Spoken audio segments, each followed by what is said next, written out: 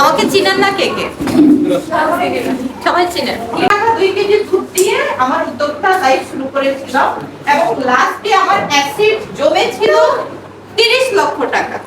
It's not a story, it's a reality. রোজার মাসে চাঁদপুরে তখন স্পঞ্জ মিষ্টি কেউ তৈরি করতো না, কোনো মিষ্টির দোকান না, নো ওয়ান। ফরিদগঞ্জে তৈরি করতে, এখন চাঁদপুরের মানুষদের তো ফরিদগঞ্জ গিয়ে মিষ্টি খাওয়া পসিবল না, পরে তারা হচ্ছে আমার কাছে অর্ডার দিত। এখন এটা কোথা থেকে শুরু? আমার লাইফে সবচেয়ে বেশি আসছে ফেলিয়ার। আমি সফলতা খুব কম দেখছি, ফেলিয়ার সবচেয়ে বেশি দেখছি। আমি পড়ছি, আবার ওখান থেকে উঠছি, আবার পড়ছি, এটা আমার জীবনের গল্প। 30 লক্ষ টাকা তাহলে কি করছি?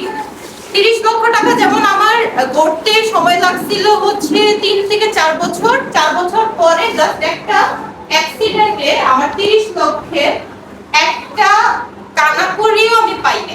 Not just even a coin, মানে 5 টাকার কয়েন আমার কাছে ছিল না, সেটা এক মুহূর্তে ধ্বংস হয়ে গিয়েছে।